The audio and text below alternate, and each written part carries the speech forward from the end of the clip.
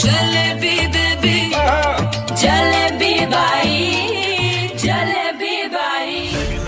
এই যে শুনছেন, কি হয়েছে আপনার? এমন করছেন কেন?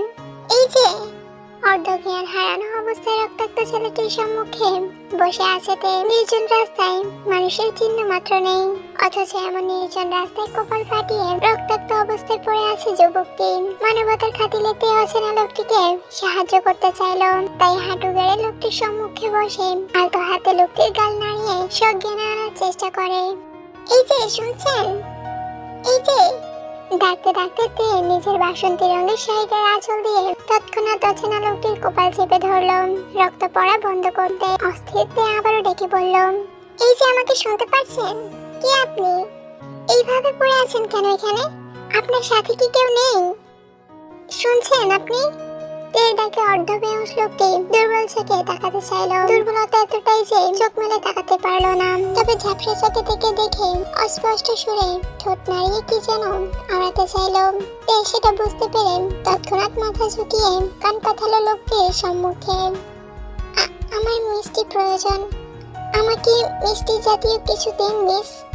লোকটির স্পষ্ট সুরের কথাগুলো তে বুঝতে পেরেছে। মাথা তুলে তাকালো লোকটির দিকে।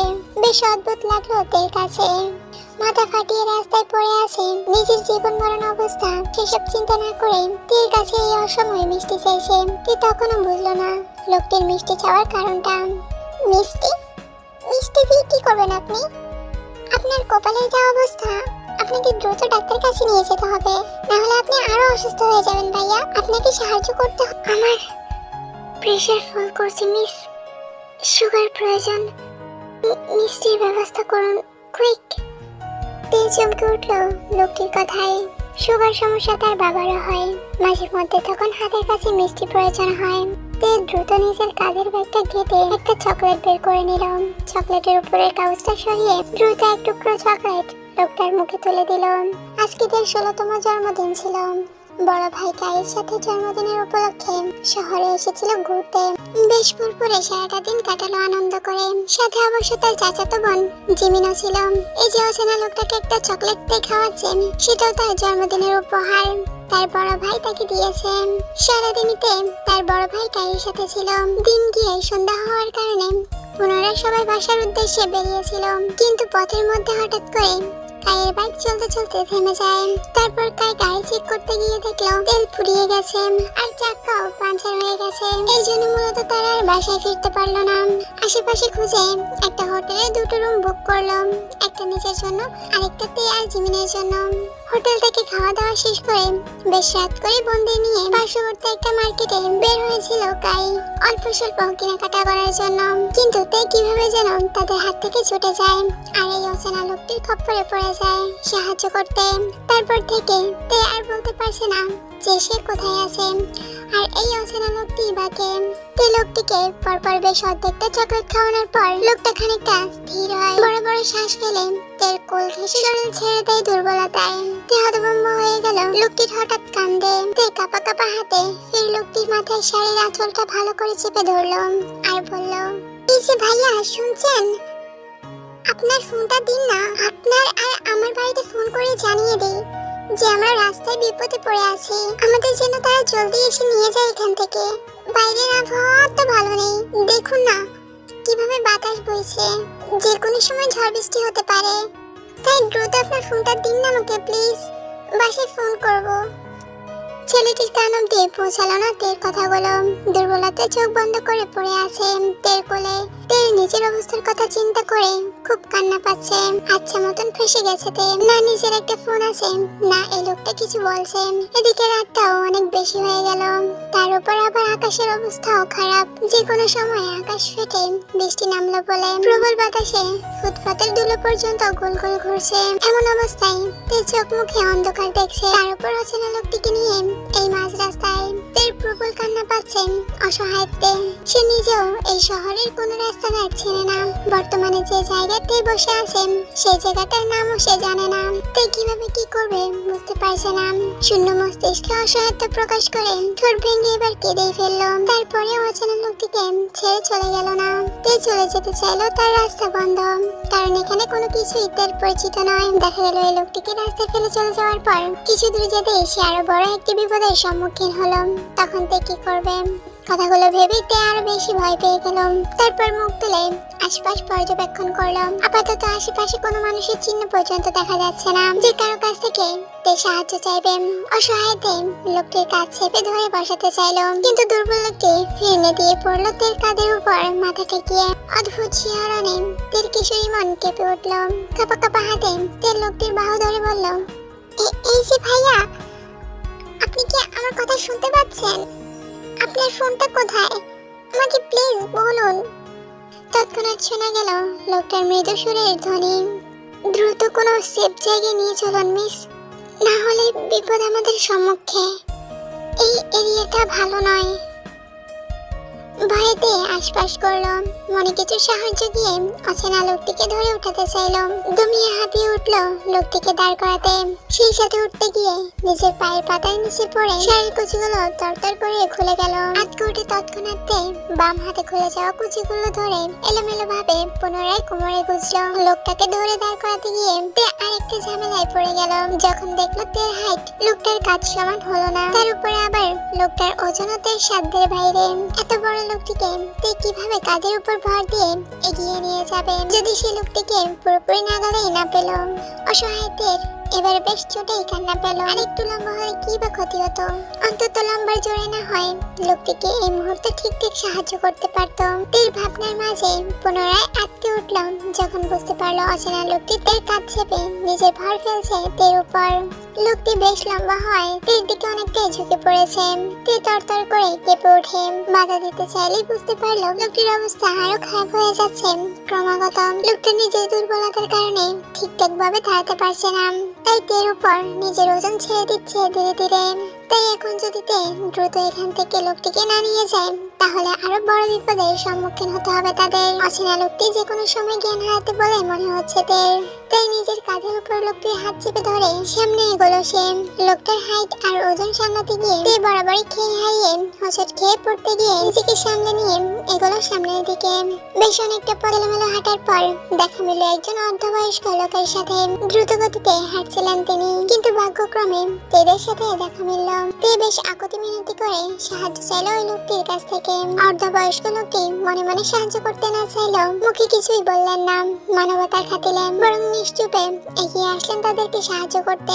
তের কাঁধ থেকে অচেনা লোকটিকে নিজের কাঁধে তুলে নিয়ে এগোলো নিজের বাড়ি পর্যন্ত। তে তাদের পেছন পেছন গেল, কিন্তু বিপত্তি বাজলো লোকটির বয়স্ক বৃদ্ধা বাবাকে নিয়ে। তিনি তে আর রক্তাক্ত লোকটির অবস্থা দেখে বেঁকে বসলেন। সাহায্য করতে দ্বিধাবোধ জানালেন। ওনার ধারণা তে আর অচেনা লোকটি প্রেম যুগল এবং তারা পরিবারের চাপে পালিয়ে এসে হোটেল রুমে আশ্রয় নেয়। আর আকাম করতে গিয়ে দুজনে পুলিশের কাছে ধরা খেয়ে যায়। তারপর ছেলেটি পুলিশের হাতে মার খেয়ে আবারও দুজন পালিয়ে যায় এবং ওনার বাড়িতে এই মুহূর্তে আশ্রয় নিতে চাইছে ওনার ছেলের মাধ্যমে। এটাই ওনার চিন্তা ভাবনা।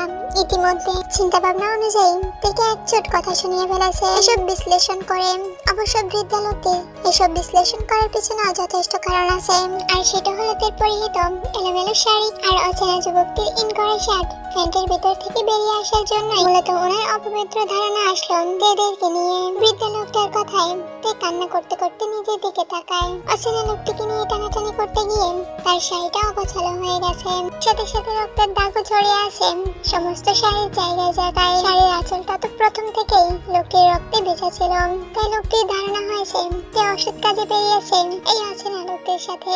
তে ঠোঁট চেপে কান্না আটকাতে চাইলো। এই কেমন পরিস্থিতির শিকার হলো সে। এখন তে কিছু বললেও যে কেউ বিশ্বাস করবে না সেটা লোকটার তীক্ষ্ণ কথা শুনেই বুঝতে পেরেছে তে নিশ্চুপ কান্না করলো।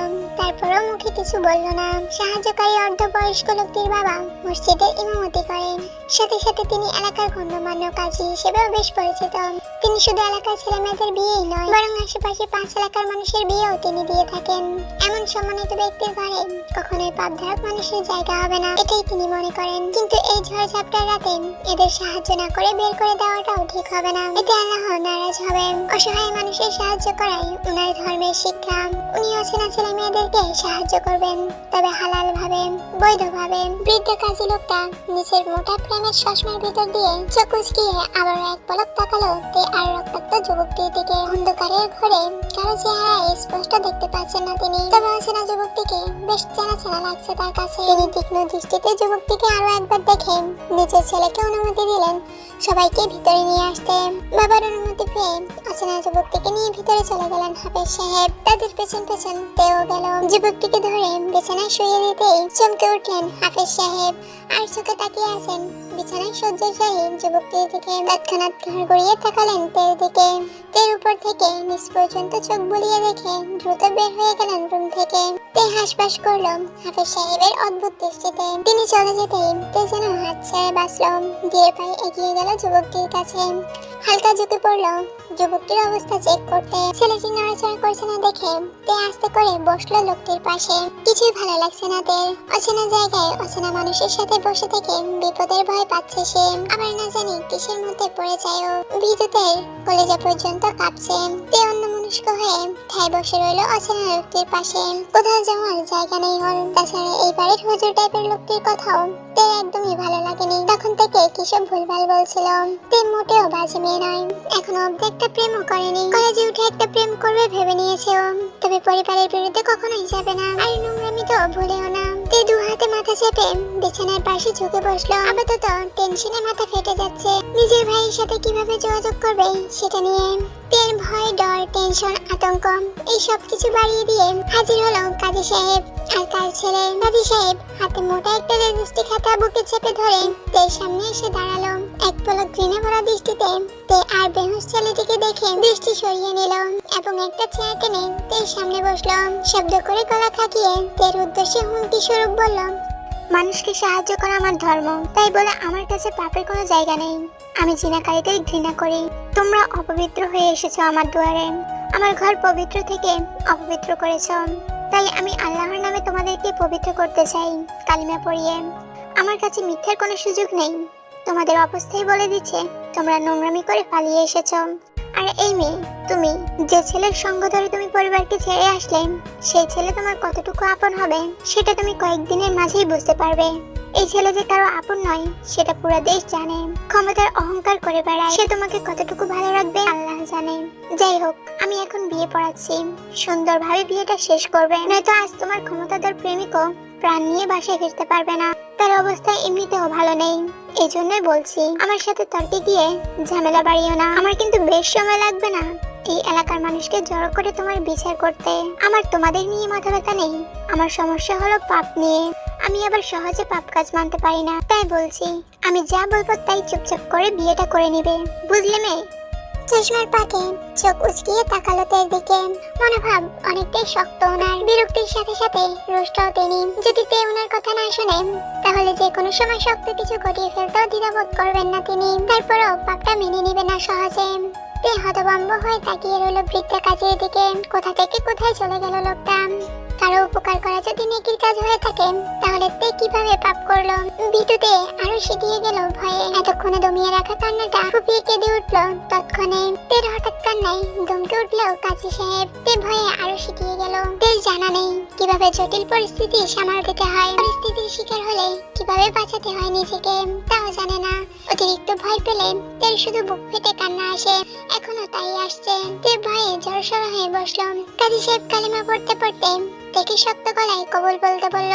তে ধমক খেয়ে ভয়ে কান্না করতে করতে কবুল বলে দিল। কিন্তু যখন কাজী সাহেব অর্ধবেহুশ লোকটিকে কবুল বলতে বলল, তখন ছেলেটি ওই অবস্থায় ঘরের মাঝে 3 বার কবুল বলে ফেলল। তের বিয়ে সম্পূর্ণ হলো। তে একটা জিনিস লক্ষ্য করলো, কাজী সাহেব তের স্বামী নামক লোকটির কাছ থেকে কোন রকম ঠিকানা জিজ্ঞেস করলো না, শুধু তেকে ছাড়া।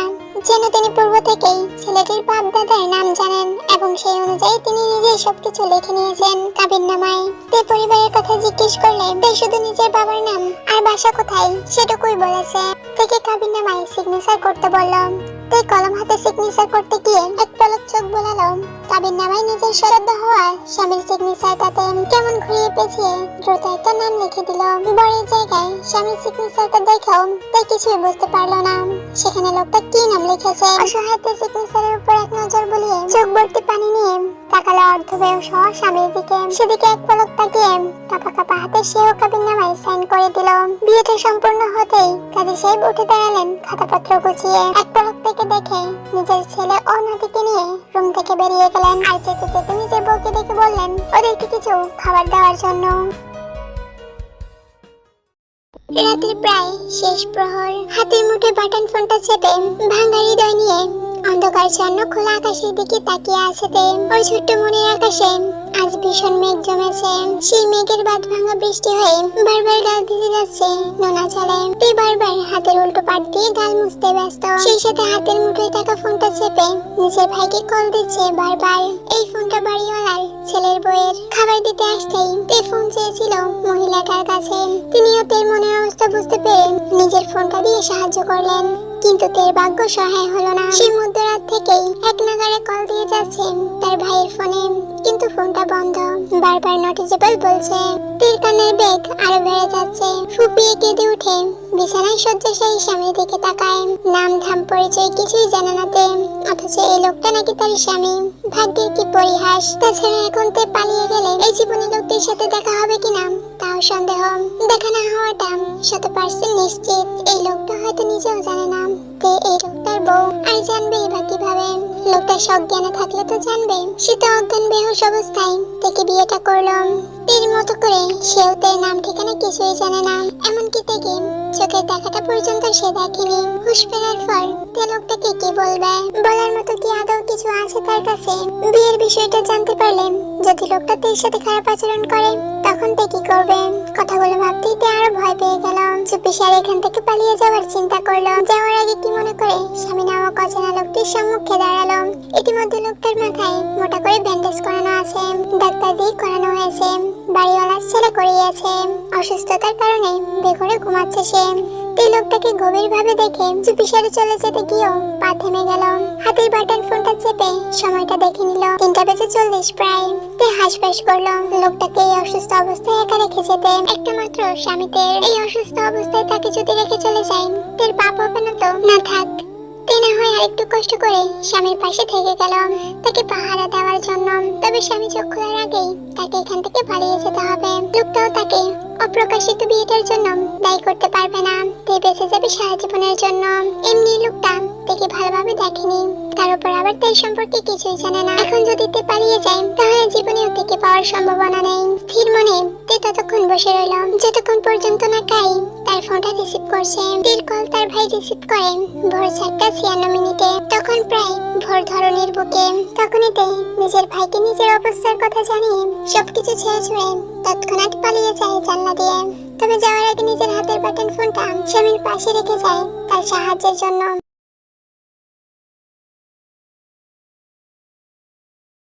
অচেতন স্বামীর ঘুম ভাঙে প্রায় 7টার দিকে। মাথা চেপে বসে রইল। তখনই রুমে ঢুকে কাজী সাহেব তীক্ষ্ণ দৃষ্টিতে রুমের আশেপাশে তাকিয়ে থেকে খোঁজার উদ্দেশ্যে বলল, মেয়েটি কোথায়?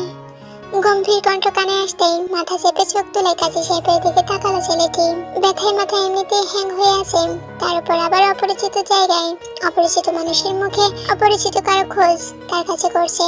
খানিকটা কপাল কুঁচকে আসলো বিরক্তিতে। ছেলেটি উত্তর দিল না, বরং মাথা চেপে বলল, আমাকে এখানে কে এনেছে? আমার ছেলে এনেছে। কাজী সাহেবের কথার বিপরীতে তেমন কিছুই বলল না যুবকটি, শুধু একটা কথাই বলল, একটা ফোন পাওয়া যাবে? কাজী সাহেব তীক্ষ্ণ দৃষ্টিতে ছেলেটির হাবভাব বোঝার চেষ্টা করলেন আর বললেন, তোমার সামনেই রাখা আছে, দেখো। ছেলেটি চোখ আবড়িয়ে নিজের সামনে থেকে তীর রেখে যাওয়া বাটন ফোনটি হাতে তুলে নিতে চাইলেই কাজী সাহেব ভাবারতের খোঁজ করে বললেন, তোমার সাথের মেয়েটি কোথায়? ফোনটা হাতে নিতে নিতে কপাল কুঁচকে তাকালো কাজী সাহেবের দিকে ছেলেটি। মূলত সে তখনও বুঝতে পারছে না তাকে বারবার কার কথা জিজ্ঞাসা করা হচ্ছে। কিসের মেয়ে? তোমাকে নিয়ে কাল রাতে যে মেয়েটি এখানে এসেছিল আমি তার কথা জিজ্ঞাসা করছি। সে কোথায়? তাকে দেখতে পাচ্ছি না কেন? ছেলেটি কপাল কুঁচকে মনে করার চেষ্টা করছে আসলে কাজী সাহেব কার কথা বলতে চাচ্ছেন। কয়েক সেকেন্ডের মধ্যে স্মরণে এলো একটা ঝাপসা মেয়েলি মুখ। রাস্তায় দেখা হয়েছিল মেয়েটির সাথে তার। দুর্বলতার কারণে ঠিকঠাক তার ফেসটা দেখা হয়নি তার। তারপর থেকে তো সে নিজের হোশেই ছিল না বলতে গেলে। অথচ এখন সকাল না হতেই মেয়েটির খোঁজ তার কাছেই করছে। ব্যাপারটা তার কাছে খুবই অদ্ভুত লাগছে যে মেয়েটিকে সে জীবনেই দেখেনি, তার খোঁজ কিভাবে দেবে সে। বিষয়টি সে তেমন একটা গুরুত্ব না দিয়ে স্বাভাবিক ভঙ্গিতে বাটন ফোনে নাম্বার টাইপিং করতে করতে উত্তর দিল, আমি জানি না সে কোথায়। তুমি জানো না মানে? যুবকটি কাউকে একটা মেসেজ করে দুর্বল স্বরে নিয়ে উঠে দাঁড়ায়। আপাতত নিজের গন্তব্যে যাওয়ার জন্য বেরোবে সে। এখানে আর এক মুহূর্ত নয়। কিন্তু কাজী সাহেবের বারবার তীক্ষ্ণ দৃষ্টি এড়িয়ে পকেটে দুহাত গোজাতে গোজাতে বলল, আপাতত বলতে পারছি না আপনার অনুসন্ধানকারী মেয়েটি কোথায়, আর না আমি তার খোঁজ নিতে ইচ্ছুক। ও হ্যাঁ, আমি চলে যাচ্ছি। আমাকে সাহায্য করার জন্য ধন্যবাদ। যুবকটির কথায় খানিকটা তেতিয়ে উঠলেন কাজী সাহেব। তিনি ছিলেন এই ছেলেকে, মিস্টার হারামের একমাত্র ছেলে জিয়ন জাংকুক। ক্ষমতার জোরে মাটিতে পা পড়ে না তার। তবে মেয়েলি বাজে বিষয়ে কখনো তাদের পরিবারের কাউকে জড়াতে শুনিনি। এমনকি জাংকুককে নিয়েও কখনো কোনো মেয়ে নিয়ে বাজে কথা শোনেননি। তিনি মনে করেন জিয়ন পরিবারের মানুষ যেমনই হোক, তাদের বউকে সম্মান মর্যাদা দিয়ে সমাজে চলেন। হয়তো এই ছেলের ক্ষেত্রেও তাই হবে, বউকে সম্মান দিবে। কিন্তু এই ছেলে সকাল না হতে হতে রাতে বিয়ে করা বউকে অস্বীকার করছেন। কাজী সাহেব অত্যন্ত রুষ্ট গলায় জাংকুকের উদ্দেশ্যে বলল, মেয়েটি তোমার বউ, স্বামী হয়ে তার খোঁজ রাখা তোমার দায়িত্ব। তাছাড়া মেয়েটা বেশ ছোট, দুনিয়ার সম্পর্কে তার ধারণা নাই থাকতে পারে। এজন্য বলছি, স্বামী হয়ে তার খেয়াল রাখা উচিত তোমার। কপাল কুঁচকে কাজী সাহেবের দিকে তাকালো জাংকুক। একটা অচেনা মেয়ে তার বউ হয় কিভাবে? জাংকুক ভাবলো হয়তো রাতে তার সাথে মেয়েটিকে দেখে কাজী সাহেব উল্টো ভেবে নিয়েছেন যে এই মেয়েটি তার বউ। জাংকুক কাজী সাহেবের ভুল ধারণা ভাঙার চেষ্টা করলো না। এত বেশি কথা সে কারোর সাথেই বলার প্রয়োজন মনে করে না। তার এখানে কোনো কাজ নেই বিদায় এখান থেকে চলে যাওয়া উচিত মনে করে সে। কাজী সাহেবের পাশ কাটিয়ে চলে যেতে চাইলে তৎক্ষণাৎ কাজী সাহেব জাংকুককে আটকিয়ে পকেট থেকে দুজনের কাবিননামার কাগজটা জাংকুকের হাতে ধরিয়ে দেয় আর নিশ্চুপে রুম ত্যাগ করে। জাংকুক কপাল কুঁচকে হাতের কাগজটির দিকে তাকাতেই এক আকাশ পরিমাণ বিস্মিত হয়ে গেল যখন দেখলাম বরের জায়গায় তার নিজের সিগনেচার। জাংকুক খানিকটা চমকালো, সাথে সাথে বিরক্ত বোধ করলো এমন হুটহাট অপ্রকাশিত বিয়ের জন্য। হাতের কাবিননামাটাই তীক্ষ্ণ দৃষ্টিতে চোখ বুলিয়ে বইয়ের নামটা দেখে নিল জাংকুক। সেখানে এলোমেলো ভাবে লেখা আছে কিম তেইয়ং। জাংকুক বুঝতে পারলো তার অচেনা বইয়ের নাম কিম তেইয়ং। নামটা সে তৎক্ষণাৎ মনে মনে বেশ কয়েকবার আড়িয়ে স্মরণে গেঁথে নিল। তবে বউয়ের এলোমেলো হাতের লেখা দেখে জাংকুকের কপালের ভাঁজগুলো আরো গাঢ় হয়ে যায়। এরা কি তাকে নাবালিকা প্রাইমারির বাচ্চার সাথে বিয়ে দিয়েছে নাকি? সদ্য বিয়ে হওয়া বউয়ের সম্পর্কে কৌতূহল জাগতে গিয়েও আকর্ষণ হারিয়ে ফেলেছে জাংকুক। আবেগী হয়ে গা ভাসাবার মানুষ সে নয়, তাই বউ সম্পর্কে জানার আর আগ্রহ রইল না। হাতের কাবিননামাটা দেখে আর এভাবে সেখানেই ফেলে দিল জাংকুক। সাথে নেওয়ার প্রয়োজন বোধ করলো না, আর না এর কোনো খোঁজ করতে চাইল। কর্মক্ষেত্রে গিয়ে নিজের বিয়েটাকে ভুলে গেল জাংকুক। বিয়ের মতন পবিত্র সম্পর্কটা ভুলে দুজনের সামনে এগোতে চাইল, আর তাই হলো। দুজনের কারোর মধ্যেই তাদের বিয়েটা নিয়ে মাতামাতি দেখা গেল না। এমনকি সেদিনের পর থেকে আজ পর্যন্ত কেউই ওই অপ্রকাশিত বিয়েটা নিয়ে কারো সামনে মুখ খুললো না। জাংকুক কারো কাছে বলার প্রয়োজন মনে করেনি, তেও তার পরিবারের ভয়ে কাউকে কিছু বলেনি। ভাগ্যের ফিরে এক হওয়া মানুষ দুটি পুনরায় সম্মুখে দাঁড়াবে কিনা তাও জানা নেই।